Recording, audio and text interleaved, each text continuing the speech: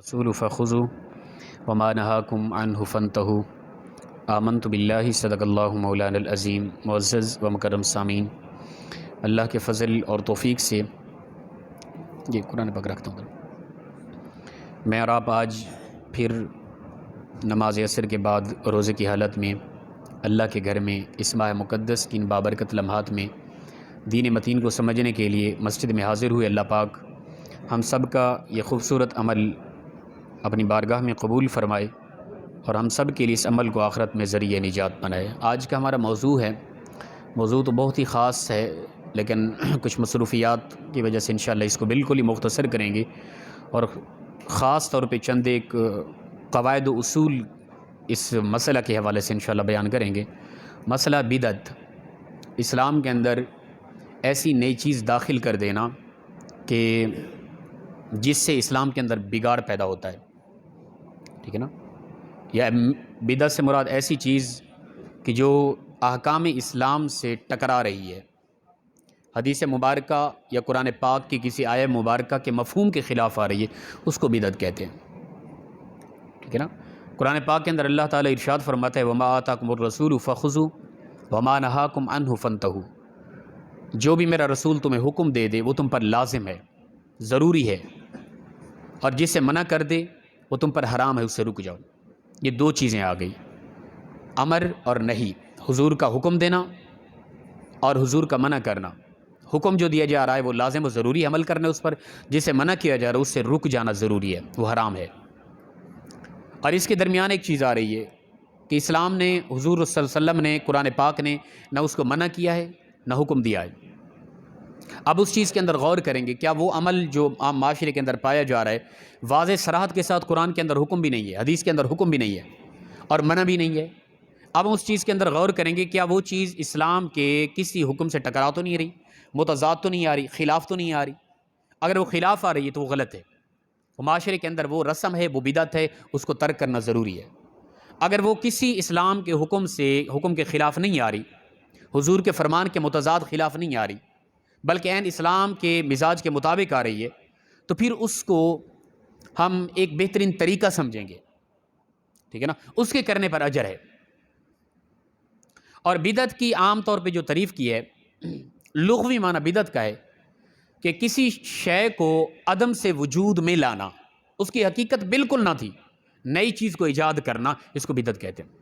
اسلام کے اندر ایسی نئی چیز لے کر آنا جس کے اسلام میں شروع میں کوئی وجود تھا ہی نہیں، اب لے کر آئے اور اس سے اسلام کے کسی حکم کے یعنی وہ بات خلاف آ رہی ہے، اس کو بدعت کہیں گے۔ اور ایسا عمل کرنے والا، حضور نے فرمایا جو بدعتی ہے وہ گمراہ ہے، اور گمراہ ایسا انسان جہنمی ہے، ٹھیک ہے نا؟ تو ہمارے ہاں یہ بھی ہوتا ہے کہ بعض اوقات ایسی چیزیں جو نئے طریقے ہیں اسلام کے اندر، بدعت نہیں ہے، وہ نئی چیزیں نہیں ہیں اسلام کے اندر، ہے عین اسلام، اس سے اشاعت اسلام کا کام ہو رہا ہے، لیکن وہ طریقہ اسلام کے ابتدائی دور میں وہ طریقہ نہ تھا، وہ چیز تھی، طریقہ نہ تھا۔ ہمارے کچھ ساتھی اس کو بھی بدعت کہہ دیتے ہیں اور اس کی وجہ سے فتوے لگا کر گمراہی اور مشرک پتہ نہیں جہنمی کیا کچھ کہہ رہے ہوتے ہیں۔ تو یہ چند ایک اصول آگے میں آپ کو سمجھاتا ہوں، انشاءاللہ مکمل اس چیز کی سمجھ آ جائے گی۔ ابن حجر اسقلانی علیہ الرحمہ، آپ نے فتح الباری کے اندر بدعت کی جو تعریف کی ہے نا، آپ فرماتے ہیں البدعۃ اصلها ما احدث علی غیر مثال سابقین۔ فرماتے ہیں کہ بدعت کی اصل یہ ہے کہ اسے بغیر کسی سابقہ نمونے کے ایجاد کیا گیا ہو، یعنی اس چیز کا پہلے کوئی نمونہ بھی نہ تھا، کوئی وجود ہی نہ تھا، اس کو نئے سرے سے ایجاد کیا جائے، اس کو بدعت کہتے ہیں لغوی اعتبار سے۔ جس طرح قرآن پاک کے اندر اللہ تعالیٰ فرماتے ہیں بدیع السماوات والارض، پیدا کیا اللہ نے زمین و آسمان کو۔ اب کیا مٹی پہلے موجود تھی؟ نہیں تھی۔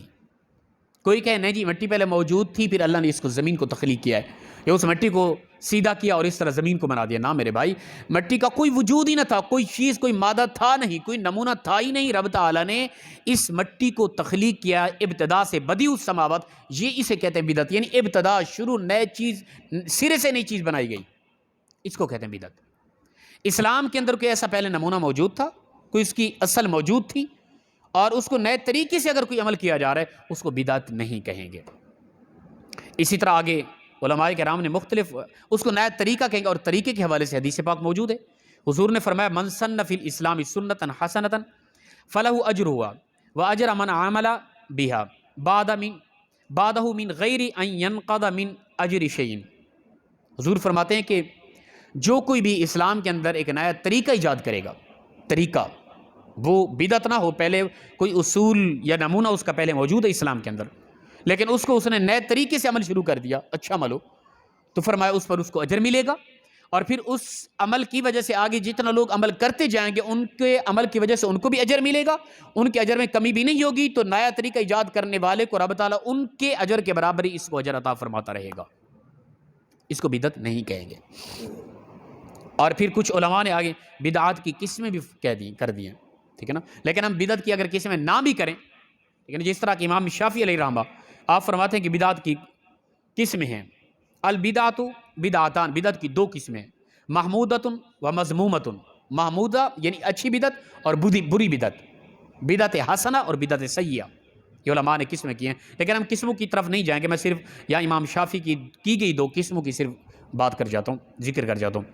فرماتے ہیں فموافق السنت فہو محمودۃ، ایسا نیا طریقہ، ایسی نئی بدعت جو سنت کے موافق ہو وہ اچھی ہے، اور پھر فرمایا کہ وَمَخَالِفُهَا فَهُوَ مَذْمُومَةٌ، اور ایسی بدعت جو سنت کے مخالف ہے وہ بدعت سیئہ ہے، گمراہی ہے، ایسا عمل کرنے والا انسان جہنمی ہے۔ تو دو قسمیں بدعت کی امام شافعی علیہ الرحمہ نے، لیکن ہم بدعت کی قسموں کی طرف نہیں جائیں گے، ہم بس چند ایک مثالیں دے کر بات کو واضح کریں گے۔ ہمارے ہاں بہت ساری چیزیں ایسی ہیں جو اسلام میں ابتدا میں نہ تھیں، لیکن اس وقت ان کا بڑا اجر ہے، ٹھیک ہے نا۔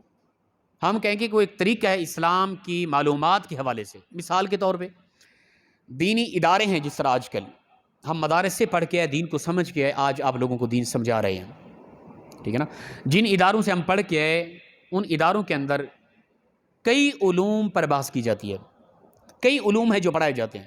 شروع میں ہمیں کتابیں پڑھائی جاتی ہیں فارسی کی، ان کے اندر کچھ اشعار ہوتے ہیں، کچھ فقہ کی کتابیں ہوتی ہیں، کچھ اصول کی کتابیں ہوتی ہیں، فارسی سمجھائی جاتی ہے۔ پھر علم الصرف پڑھائی جاتی ہے، ٹھیک ہے نا، اس سے قواعد اصول سمجھ آتے ہیں عربی کے۔ علم النحو پڑھائے جاتے ہیں، اور یہ کافی یعنی کہ بڑی تحقیق طلب علوم ہیں، یہ بہت زیادہ کھپت ہے، اس کے اندر تحقیق کرنی پڑتی ہے، محنت کرنی پڑتی ہے علم الصرف اور علم النحو کے اندر، ٹھیک ہے نا۔ اور پھر اس کے بعد عربی گرامر، عربی اصول و قواعد سمجھ آتے ہیں، پھر انسان قرآن و حدیث کو سمجھتا ہے، اور کافی عرصہ لگتا ہے ان دو علوم کو سمجھتے ہوئے۔ پھر اس کے بعد علم فصاحت ہے، علم بلاغت ہے، وہ بھی اس عربی کی فصاحت و بلاغت سمجھنے کے لیے وہ قواعد و اصول ہیں، کافی عرصہ تک پڑھنے پڑتے ہیں۔ اور پھر اسی کے ساتھ ان کے بعد اپنا اصول فقہ ہے، اصول تفسیر ہے، ٹھیک ہے نا، علم الکلام ہے۔ یہ سارے علوم پڑھنے کے بعد پھر انسان ایک عالم دین بنتا ہے۔ کیا میں پوچھتا ہوں کہ یہ سارے علوم حضور کے دور میں، صحابہ کے دور میں، تبع تابعین کے دور میں، ائمہ اربعہ کے دور میں، کہیں کسی دور کے اندر کوئی انسان دکھائے کہ ادارے ہوتے باقاعدہ اور ان اداروں کے اندر اس طرح کے باقاعدہ علوم پڑھائے جاتے تھے؟ نہیں تھے۔ کیا کہیں گے؟ بدعت کہیں گے اس کو بھائی؟ اگر ہر وہ چیز جو بعد میں آئی، اچھا کوئی کہے گا کہ ادارے کے اندر پڑھنے والے طلباء کو ان علوم پڑھنے پر اجر نہیں مل رہا کیا؟ بلکہ روایت حدیث کے اندر آتا ہے، فرمایا کہ جو دین کا علم حاصل کرنے کے لیے نکلتا ہے، اللہ کے نورانی فرشتے اس کے پاؤں کے نیچے پر بچھاتے ہیں۔ یہ مقام مرتبہ ہے دین کا علم حاصل کرنے والے کا۔ تو کیا صحابہ کرام نے یہ علوم حاصل کیے مدرسے میں رہ کر؟ تابعین، تبع تابعین نے، ائمہ اربعہ، کسی نے یہ علوم حاصل کیے؟ نہیں کیے۔ تو اس کو بدعت کہیں گے؟ نہ میرے بھائی، اصل یہ اسلام سمجھنے کے لیے اصول و قواعد ہیں، ان کو یاد کرنا، ان کو پڑھنا، ان کے پر محنت کرنا، اس پر اجر و ثواب ملتا ہے۔ یہ بدعت نہیں کہیں گے، بہترین اسلام کو سمجھنے کے طریقے ہیں یہ۔ لیکن کچھ علماء نے ان کو بدعت بھی کہا ہے، وہ بدعت حسنہ کہتے ہیں کہ اچھی بدعت ہے، نئی چیزیں اسلام کے اندر، ان پر اجر ہے۔ لیکن میں کہتا ہوں نہیں، یہ بدعت نہیں ہے، یہ اچھے طریقے اسلام کو سمجھنے کے لیے۔ اور اس کے بعد آپ اس کے علاوہ دیکھ لیں، بہت سی ایسی چیزیں ہیں۔ مثال کے طور پہ ہمارے ہیں یہ دیکھیں تسبیح لٹکی، اب اس وقت کئی بزرگوں کے ہاتھ میں تسبیح پڑھ رہے ہیں۔ کوئی بھی عالم دین آن کیمرہ حضور کے دور میں، صحابہ کے دور میں، تابعین کے دور میں، تبع تابعین، کسی دور کے اندر یہ تسبیح ثابت کر کے دکھا کہ اسلام کے اندر تھی۔ اب جو پڑھ رہا ہے یہ تسبیح گناہ کے لیے پڑھ رہا ہے کیا؟ یا کوئی دنیا کا کوئی عالم دین فتویٰ لگا کہ یہ تسبیح پڑھنا بدعت ہے، جو پڑھے گا گمراہ ہے اور جہنم میں جائے گا؟ صحابہ کرام حضور کے ابتدائی اسلام کے دور میں نہ تھی یہ، لیکن آج کل یہ ہے کوئی پڑھ رہا ہے اس کو ثواب مل رہا ہے وہ شمار کے لیے، اعداد و شمار کے لیے۔ اور اسی طرح اس سے ہٹ کے دیکھیں، ہمارے ہاں 6 کلمے پڑھائے جاتے ہیں۔ اول کلمہ طیب، طیب معنی پاک، دوسرا کلمہ شہادت، تیسرا کلمہ تمجید، چوتھا کلمہ توحید، پانچواں کلمہ استغفار، ٹھیک ہے نا؟ تو یہ کیا کلمے کہیں کوئی روایت کے اندر حدیث میں ہے؟ کوئی کر سکتا ہے ثابت؟ کوئی عالم دین دکھا دے کہ کسی حدیث کے اندر، ضعیف ترین حدیث کے اندر یہ 6 کلمے اس طرح کہیں موجود ہوں؟ کوئی عالم دین دکھا دے؟ نہیں ہے۔ ان کو بدعت کہیں گے کیا؟ یا جو یہ 6 کلمے پڑھتا ہے ان کو بدعتی کہہ کے جہنمی کہہ سکتے ہیں کیا؟ نہ میرے بھائی، ہر وہ عمل جو اسلام کے اندر پہلے نہ تھا اب اگر ہے تو اچھا طریقہ ہے۔ ان کلموں کے اندر دیکھیں بہترین الفاظ ہیں، اللہ کی توحید ہے، استغفار ہے، ٹھیک ہے نا، حضور کی رسالت کا اقرار ہے، ایمان مفصل ایمان مجمل پڑھتے ہیں، کہاں یہ ثابت ہے؟ کہیں کوئی دکھا دے کسی روایت کے اندر ایمان مفصل ایمان مجمل جو پڑھتے ہیں ہمارے ہاں شروع کے اندر ہم مسلمان ہونے کے لیے سب سے پہلے یہ ایمان مفصل ایمان مجمل پڑھتے ہیں، تو یہ بدعت ہے۔ پھر اسلام کے دور میں حضور کے صحابہ کے تابعین تبع تابعین ائمہ اربعہ کسی دور کے اندر یہ الفاظ نہ تھے، کیا کریں گے؟ تو ہر چیز وہ جو بعد میں اسلام میں اگر کوئی آئی نیا طریقہ آیا اس کو بدعت کہہ کے جہنمی کہنے والے لوگوں سے یہ گزارش ہے خدا را جو یہ اعمال ہو رہے ہیں پھر ان سب کو بدعتی کہہ کر جہنمی ڈکلیئر کریں۔ تو یہ اسلام ہے یار، اسلام کے ایک حسن ہے۔ ہر بات کو ہم اس طرح کر دیں تو یہ بالکل غلط۔ مسجد کا یہ محراب یہ طریقہ ہے، کوئی ثابت کر کے دکھائے؟ حضور کے دور، صحابہ کا دور، تابعین کا دور، تبع تابعین، ائمہ اربعہ، کسی دور کے اندر یہ محراب تھا مسجد کا؟ تو مسجد تو ایک اللہ کا گھر ہے نا، اس دور میں یہ طریقہ نہ تھا، اس محراب کو بنا دیا، اس کو بدعت کہیں گے کیا؟ حضور نے تو ایسا نہیں بنایا تو کیا کریں گے؟ ہمارے ہاں دیکھ لیں کہ مسجد کے بقیہ ایریے کا اتنا احترام نہیں کیا جاتا جتنا کہ محراب کا احترام کیا جاتا ہے۔ تو محراب بنانے والے بدعتی ہیں کیا سارے؟ میرے بھائی ایسی وہ چیز جو اسلام کو فائدہ دے رہی ہے، اسلام کے کسی احکام سے ٹکرا نہیں رہی، اسلام کے موافق آ رہی ہے، وہ چیز اچھی ہے، وہ نیا طریقہ ہے۔ اسلام کے اندر جو ایسا عمل کرے گا اس کو ثواب ملے گا، اجر ملے گا، اور اس کو دیکھ کر آگے جو بھی کرتا رہے گا اس کے اجر پر کمی نہیں ہوگی، اللہ اس کے کرنے پر اس کو بھی اجر عطا فرماتا رہے گا۔ ہمارے ہاں جن چیزوں پر خاص طور پہ بدعات کے فتوے لگائے جاتے ہیں، آخری چند ایک باتیں، ان میں سے سب سے پہلے ہمارے ہاں فوت کے بعد محفل قرآن خوانی ہوتی ہے، کل خوانی کہتے ہیں، قرآن خوانی کہتے ہیں ہم، اور میں ان سارے معاملات کو ایک ہی جگہ رکھ دیتا ہوں۔ اسی طرح ایک پروگرام ہوتا ہے محفل میلاد مصطفیٰ صلی اللہ علیہ وسلم۔ اسی طرح ہمارے ہاں ہوتا ہے آذان سے پہلے اور بعد درود و سلام۔ اسی طرح نماز جنازہ کے بعد دعا مانگی جاتی ہے۔ اسی طرح ہمارے ہاں ایک محفل ہوتی ہے محفل 11ویں شریف، اس کو نام دیا گیا ہے، یہ بھی محفل عیسیٰ ثوابی ہے، ٹھیک ہے نا۔ ان ساری محفل پر بہترین قسم کے بدعات کے فتوے لگا کر ان کو کرنے والوں کو بالکل واضح بدعتی، گمراہ اور جہنمی کہا گیا۔ ہمارے ساتھی کچھ کہتے ہیں، ٹھیک ہے نا، میں اختلافی باتیں نہیں کرتا، میں صرف یہ سمجھانے کے لیے بات کر رہا ہوں۔ آن کیمرہ کوئی عالم دین ہمارے ارد گرد کوئی ساتھی پڑھے لکھے آ کے ہمیں سمجھا دے بھی حضرت یہ اس حوالے سے غلط ہے، جو ان چیزوں کے اندر خرابیاں ہیں وہ بھی میں آپ کو آگاہ کرتا ہوں۔ اچھا، یہ ایک محفل سجائی، اس کو قرآن خوانی یا کل خوانی کا نام دیا، یا محفل میلاد مصطفیٰ کا نام دیا، ٹھیک ہے نا، یا اس کو محفل 11ویں شریف کا نام دیا۔ اس کے اندر کیا ہوا؟ قرآن پاک کی تلاوت ہوئی سب سے پہلے، اور اللہ تعالیٰ کی حمد کی گئی، حضور کی ثنا خوانی کی گئی، پھر ایک عالم دین بیٹھا، اس نے قال اللہ قال رسول سنایا، قرآن و حدیث کا درس دیا، دین کی باتیں سمجھائی، پھر اس کے بعد درود و سلام ہوا، یا انتہائی ادب کے ساتھ اللہ کی بارگاہ میں گڑ گڑا کے دعا مانگی گئی، ٹھیک ہے نا۔ اب میں یہ پوچھتا ہوں اس محفل کے اندر جو دین کے حوالے سے خرابیاں لازم آئی، کوئی بندہ آگاہ کر دے ہمیں۔ حضرت قرآن خوانی کی گئی، اسلام کو یہ نقصان ہوا اس حوالے سے۔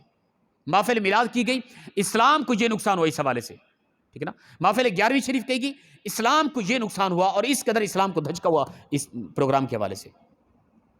یقیناً کوئی نہیں کہہ سکتا ایسا، لیکن ہم کہتے ہیں بھائی جب بھی اس طرح کی محفل ہوتی ہے، پروگرام ہوتا ہے، اس کے اندر قرآن کی تلاوت ہوتی ہے، اور ایک حرف پڑھنے پر 10 نیکیاں ملتی ہیں، 10 گناہ معاف ہوتے ہیں، اور 10 درجات بلند ہو رہے ہیں، ایک قرآن کے ایک حرف پڑھنے سننے کی وجہ سے۔